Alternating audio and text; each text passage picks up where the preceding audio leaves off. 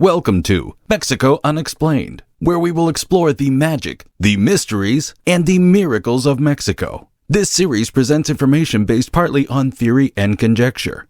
The podcaster's purpose is to suggest some possible explanation, but not necessarily the only ones to the subjects we will examine. Here is your host, Robert Bitto. Welcome and muy bienvenidos to episode number 436 of Mexico Unexplained, where we examine the magic, the mysteries, and the miracles of Mexico. I'm your host, Robert Bitto. Few materials have shaped the daily and spiritual life of Mexico as profoundly as obsidian, known to Nahuatl-speaking peoples as Itztli.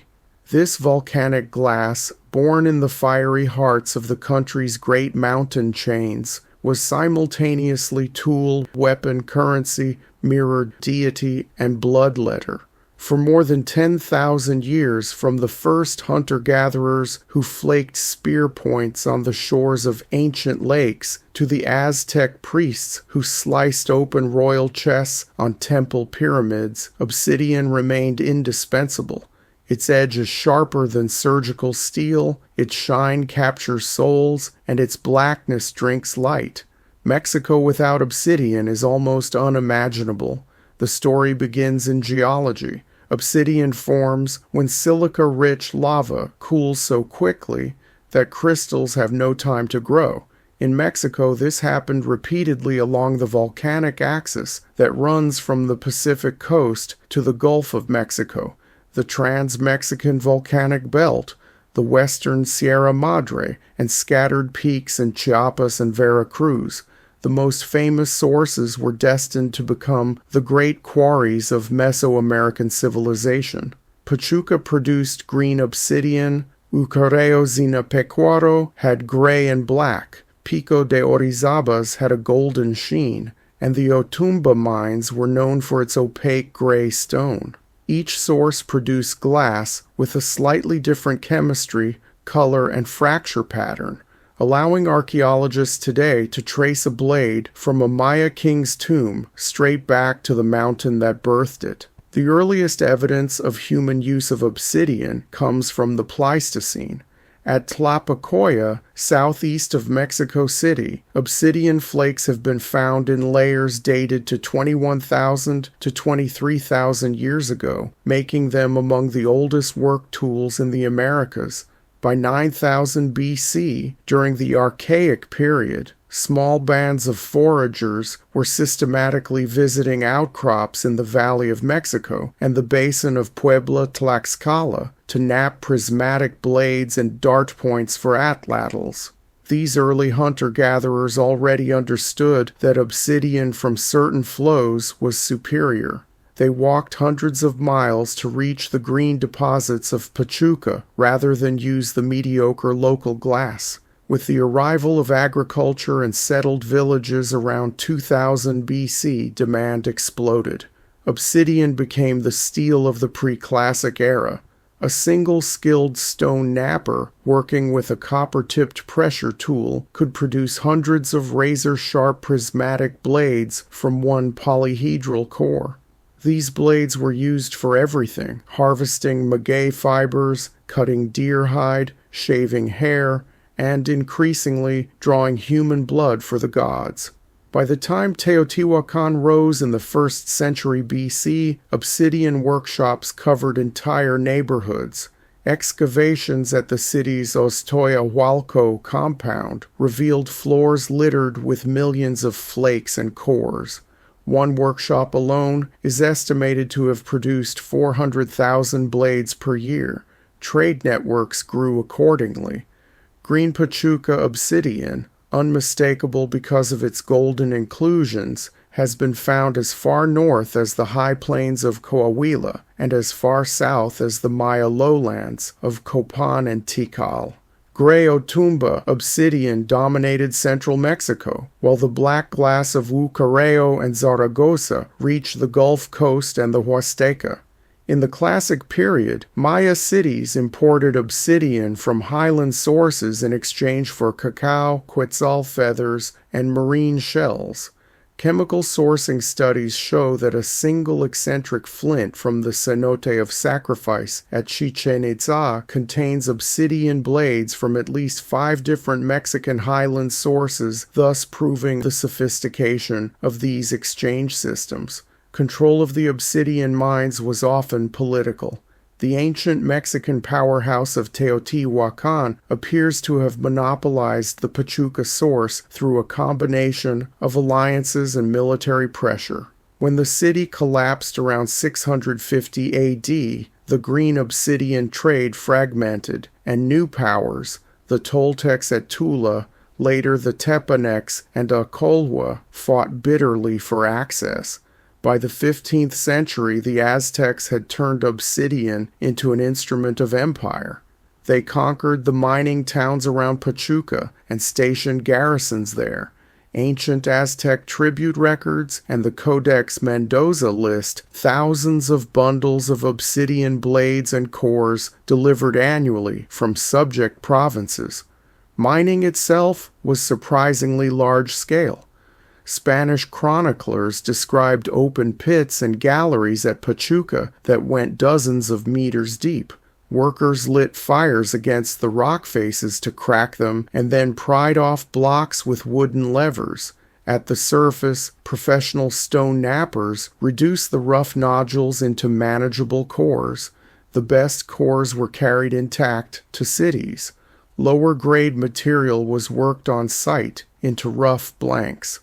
Archaeological surveys have located hundreds of quarry workshops around the Sierra de las Navajas, some covering several hectares and littered with billions of flakes. Practical uses for obsidian were endless. Farmers used blades set into wooden sickles to harvest maize.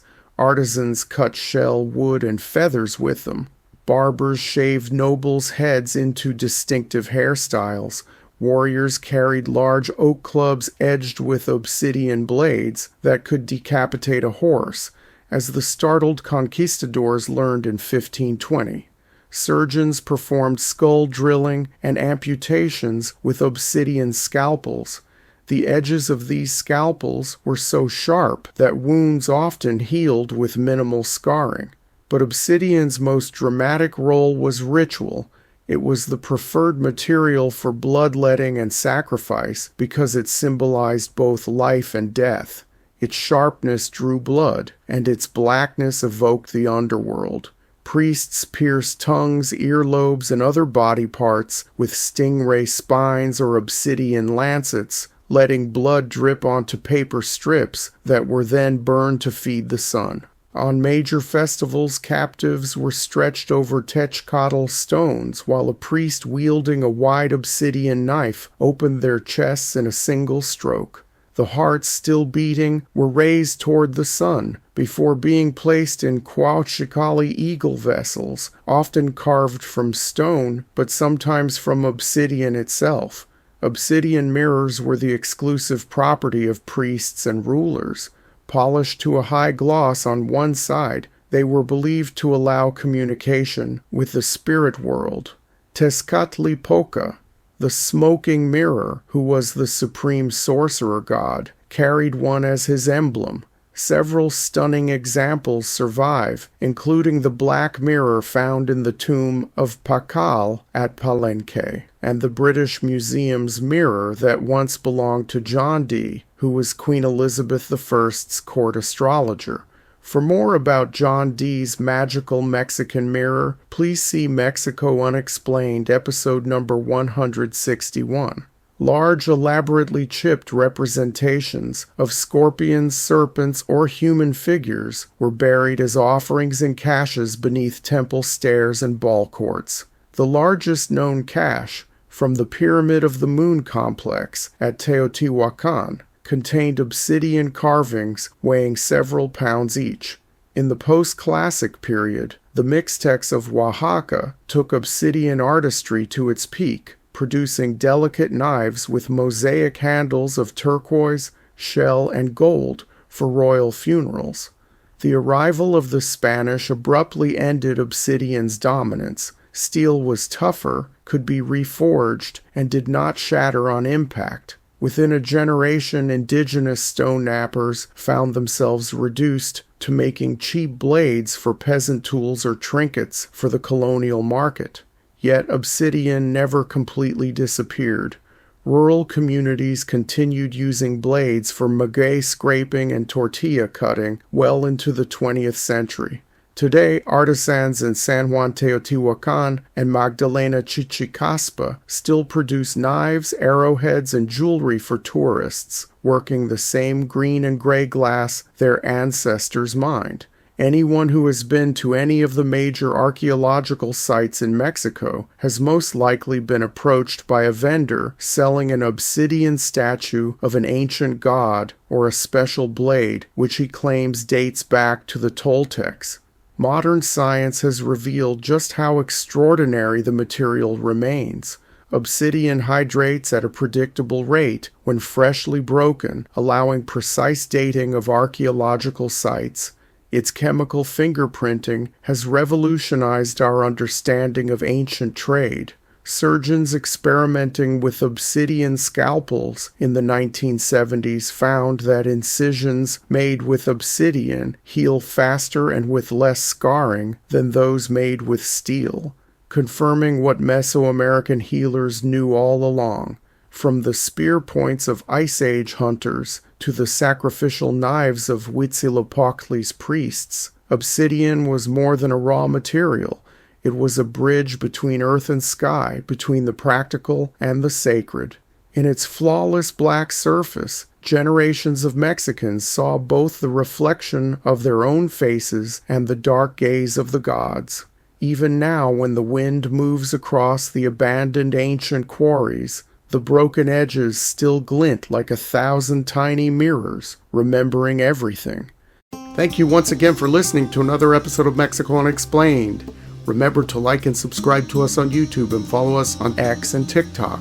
Tell your friends by sharing these shows with others. Please go to our website, MexicoUnexplained.com, for references, illustrations, and for free access to transcripts of past shows.